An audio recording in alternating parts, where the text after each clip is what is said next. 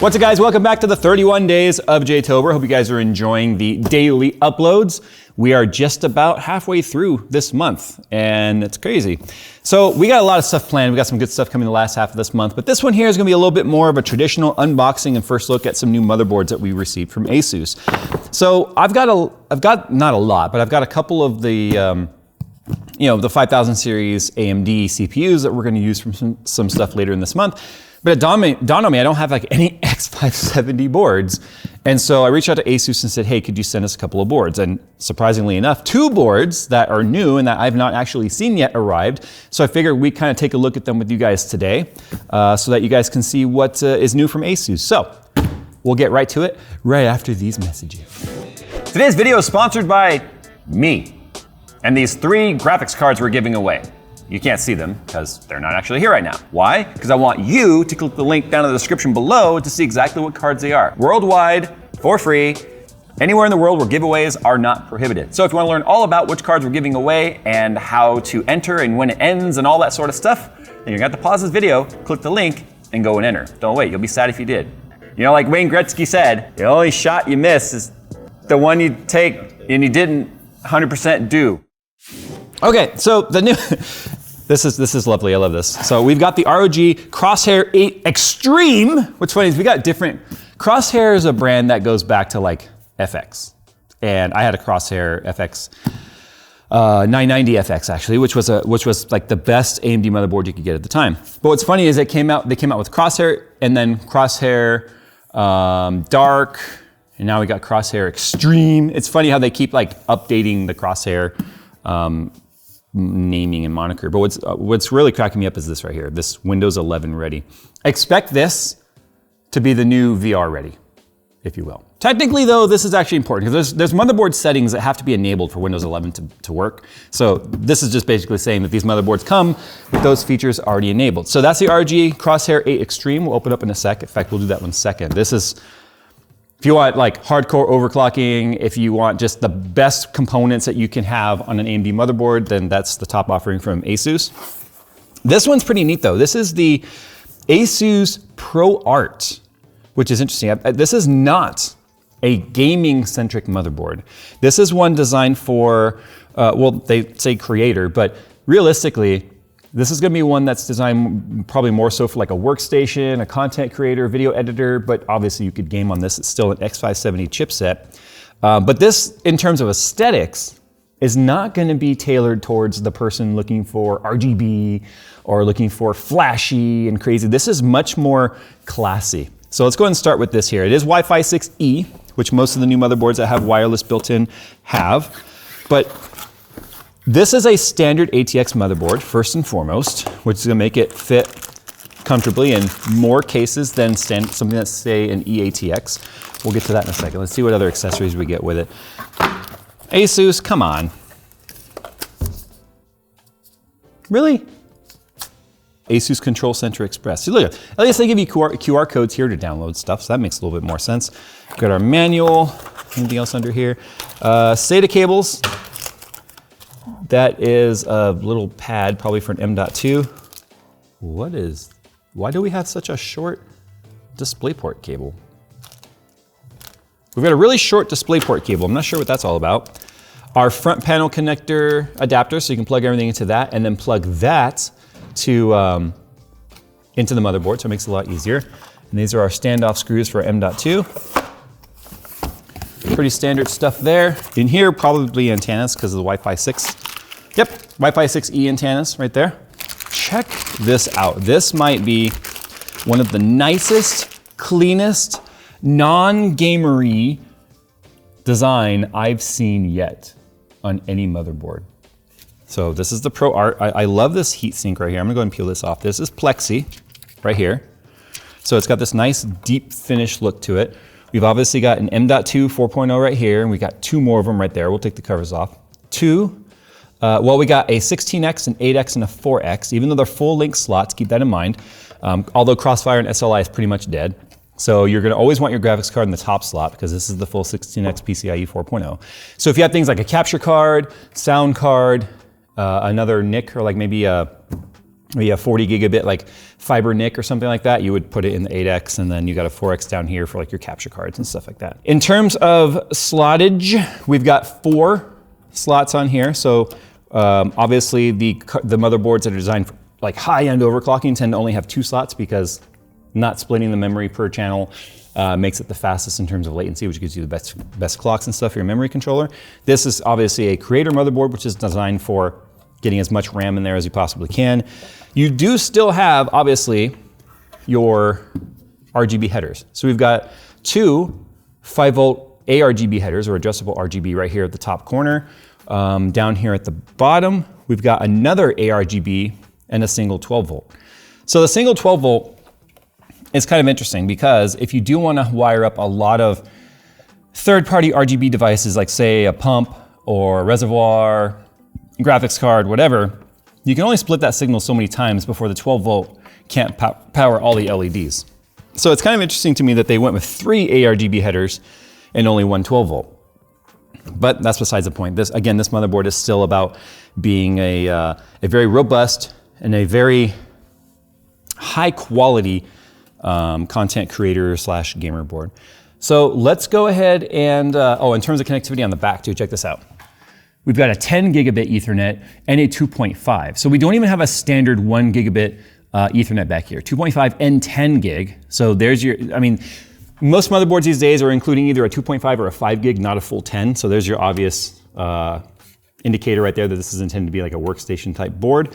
And in terms of connectivity, look, you've got 1, 2, 3, 4, 5, 6, 7, 8 super speed USB 3.0s, a BIOS flashback button right here. You've got your full surround audio jacks, 2 USB Type-Cs right here, and a Thunderbolt 4. Thunderbolt 4 on an AMD motherboard. That is awesome.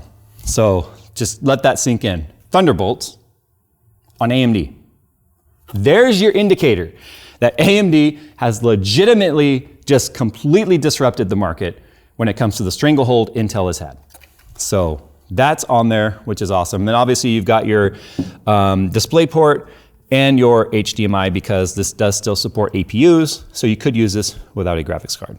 So finishing our tour around the board, we do have some sort of like this is probably some sort of a troubleshooting header right there. We got a fan connector here, which I had to look at the manual to see what that one's labeled as. On the bottom, we've got 1, 2, 3 USB headers, another indicator this is truly a workstation / type board because of the USB 3 headers. A lot of motherboards will omit them entirely because they'll put like multiple USB 3.0s. This only has 1 USB 3.0. We have a USB-C front side header right here. We've got another fan header, 1, 2, 3, 4, 5, 6, 7, right? So we got, what, let me double check that count. 1, 2, 3, 4, 5, 6, 7 fan headers on here. 8-pin EPS plus a 4-pin supplemental. So lots of power if you're running like a 5950X. And then obviously you got your front side connectors over here. And then you've got other jumpers and headers for like thermal readouts and such. Let's go ahead and take the bottom cover off. See what this one looks like under here. This is where you're gonna find your M.2. So we should have 3 of them on the motherboard itself. One of the things that you can see now is it obviously has thermal pads on the bottom side so that you can dissipate that heat to this cover as much as possible, keep your M.2s from overheating. But I love this. It's got the toolless latch system here, which is just something that I think every motherboard should have now. Instead of having to deal with the stupid little screws that you lose, these will just latch down automatically. In fact, let me demonstrate that. So here's a 980 Pro. Plug that in, put that down, and then you can just rotate that over like that. See? It holds down. So no screws necessary. And you get it off, just turn it, and then out it comes.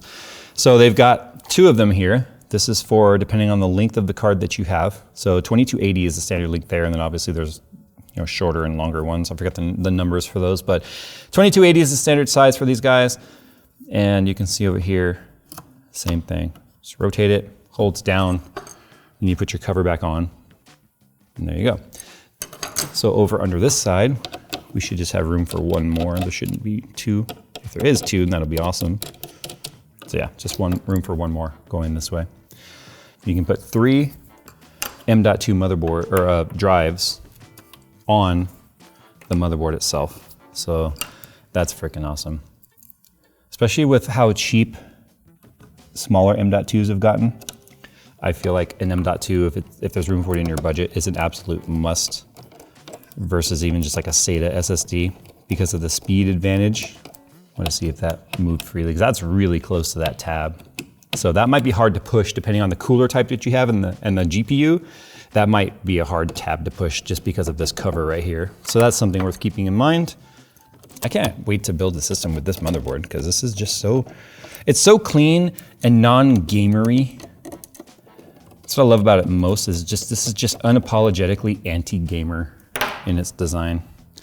All right, let's take a look at, well, the gamer one now. This Crosshair Extreme. It's expensive. There's no doubt about it, it's expensive. It's heavy. This is like 15 pounds or more. You're gonna get a lot of stuff in the box with this one. If you're looking to build the ultimate AMD, no holds barred, all punches pulled, or no pulled punches, whatever. Oh my God. Nick, hold your hand out. If weight equals quality, yeah, you could bludgeon someone to death with this board. Look at the heatsink. That's a heatsink right there. That's a heatsink. Okay, what else comes in the box first? You usually with the ROG type motherboards get a lot of stuff in the box. So here is the DIMM.2. So you can put 2 NVMe drives on this, on top of whatever's on the motherboard, and it mounts right here next to the RAM. That's why I call it DIMM.2. Then you can have easy access to 2 M.2s right there. They're up, touching the heatsink, in the airflow path, keeping them nice and cool for extreme speeds and stability. ASUS fan controller. So you're not just getting a motherboard with this level. You're getting a motherboard with a fan controller. So we got eFan 6, ARGB 8. So you have this is basically an expansion module. So this is going to give you another ARGB fan, ARGB fan, ARGB fan. So we got what, 6 fans, 6 more ARGB headers. And the cool thing about this, yes, you can split ARGB signal, but whatever's split is gonna share whatever pattern is on that header. But because you get this expansion, that's got 6 of them on there, plus we've got 1 down there, and that's it, just 1. You have 7 independently controllable fan headers to really customize your lighting if you want. They are all ARGB, so you still only have the one 12-volt header, which is right down there. I don't see any more on this motherboard, so that's something to keep in mind. You get this cool screwdriver. You get this, which is PC Northbridge Mobile. I am not too sure what this is. This is gonna be, I think, some sort of a DAC. I'm not sure what they're looking at. This looks like, it's got a headphone header or jack on there, as you can see. But it says PC, NB, or mobile. And then it's got a USB-C plug. We'll have to look and see what that is, because I'm actually not too sure. So these are our antennas, the same antennas that we found with the other board, Wi-Fi 6E. All your screws. And see, this board comes with a USB media key for all your drivers and stuff, which I'm surprised that the workstation one doesn't, but whatever. Badges, screws for M.2s and all that such stuff. Yeah, that's just the manual. Then under here, you get your braided, these are black braided SATA cables if you're running SATA drives. So you get these pretty braided ones. Very mil-spec. A key tag, an ROG key tag if you're into that sort of stuff. Micro USB right here. Goes into this end, and then this goes into one of the USB 2.0 headers down on the bottom right here, which this one only has 2 versus that one that had 3. And then you get other splitters. So we got ARGB splitters that come with it, more SATAs. And what is this guy? Oh, an anti-sag bracket. So it's a little L bracket that's an anti-sag bracket for your graphics card. So the motherboard itself, oh my God, it's so heavy. This is by far the heaviest motherboard I have ever actually held. What I like about this though, is the fact, remember what I was saying about how they give you usually like 2 USB 3.0s? Well, check this out. We got a USB-C front side header right there, one right here, and 2 USB 3.0s. Because of that, we're left with only 2 USB 2.0s down here. Whereas on the creator board, we have 3 USB 3.0 plus 1 USB 3 on the side and 1 front side USB Type-C. So it's interesting that, you know, at a gamer board that they give you more USB 3 connectivity, although these can be backwards compatible USB-C too. So it's interesting how they make certain choices that they do. Surface mounted buttons over here, which is something you don't have on the Creator board. So here we have our start, our flex button, and then everything is listed, right? So here's a water pump fan header. Here's the, so if you look right here, you can see everything's like recessed in there, which looks really neat. You got a 90-degree, 24-pin, 90-degree, 6-pin supplemental of some sort there. That is, yeah, PCIe power. So this is your supplemental power for your PCI Express if you're running some sort of a really high-end graphics card, or I guess this one you could run too. Nope, that's an 8X. So supplemental power if you need it, maybe for a 3090 that's overclocked, that would help. More fan headers, but everything here is a 90-degree. So what you have to keep in mind with this board is your case size. Because it's wider than ATX, it's nearly a full eATX size, the pins are gonna come off this way. Your USB 3, your fans that are on this side, your 24-pin power. So you need to be mindful that the case that you have is gonna have plenty of room over here for your cables to not hit something. That means the amount of cases this motherboard is gonna fit in is gonna be extremely limited. Up here you have traditional 8-pin power. So you have two 8-pin powers, which you would want for 5950X to have just nice clean power. Giant heatsink here to keep the power delivery cool. On this side, in terms of connectivity, this one also has a 10 gigabit Ethernet. Same thing over here with a 2.5. These also have Thunderbolt headers. As you can see that they're listed right there with the little lightning bolt. So Intel is clearly licensed, finally, Thunderbolt to another platform, which is AMD, which is extremely awesome for displays, external devices. The list goes on what you could do with Thunderbolt. External GPUs, if you wanted even. BIOS flashback, clear CMOS reset button. So it has a display port out right there for if you're running an APU, which maybe for troubleshooting purposes, I would never run an APU on this board. This would be extreme overkill with the price of this board for the power you don't need for the APUs, because they tend to be lower end CPUs. Even a 5700G would be a bad pairing for this. Spit out all your sound. But let's go ahead and take a look at what's underneath the cover right here, because I'm curious as to how many M.2s you get. I'm assuming 2, one here, one here. It's got that nice kind of a black mirror finish, which I'm leaving the cover on because I don't want to scratch it up. Wow, that's actually metal. That's actually metal. Very thick, heavy duty metal. So yeah, you've got two 2280 length headers here, that's it. For your M.2, but if you notice here, you have heatsink on the bottom, or a thermal pad on the bottom. So you're gonna get double-sided cooling, and it also has that toolless retention system. So just to kind of remind you, maybe you skipped the video and you didn't see, these have toolless retention. So that's very handy. I hate those stupid little screws. Everybody needs to be using these. The back side, if you haven't noticed already, also has this, what they call it, it's like a thermal armor or whatever. It's got heat pads and stuff on here, that touch stuff on the back for your VRMs. And no rear mounted M.2, which sometimes they'll throw one back here on some of these motherboards. But this right here, I guarantee this lights up, this probably lights up. And you can see right here, we do have edge lighting. You can see the LED diffuser right there. So we have edge lighting on the side of the motherboard right there. This is going to be your don't care what it costs. I want the absolute best motherboard for AMD that ASUS makes, and this is going to be it. The Crosshair board has, and that's for mainstream, obviously. They have different boards for their Threadripper series. This is like, it's just funny how much the Crosshair board has changed since it first came back out for the Threadripper, or the Ryzen launch back in 2016. Why can't I get these holes to line up?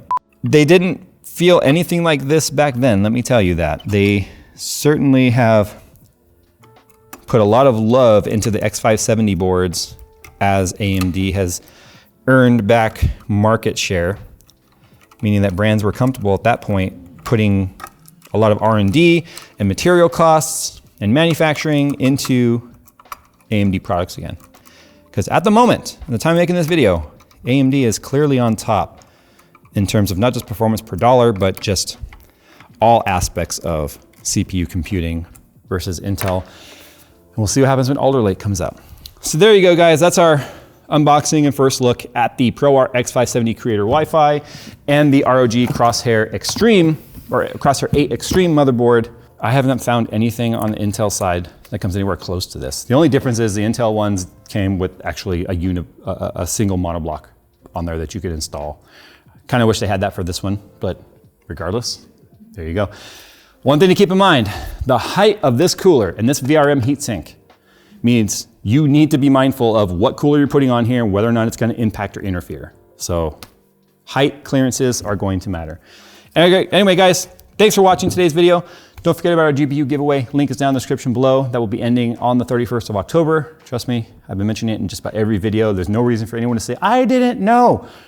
There will have been 31 videos talking about it by the time the launch happens or the giveaway happens. And if you miss out on it, you know, like I said in that video, you're guaranteed to miss every shot you don't take. It's not the perfect quote, but hey, it's better than the one I gave last time.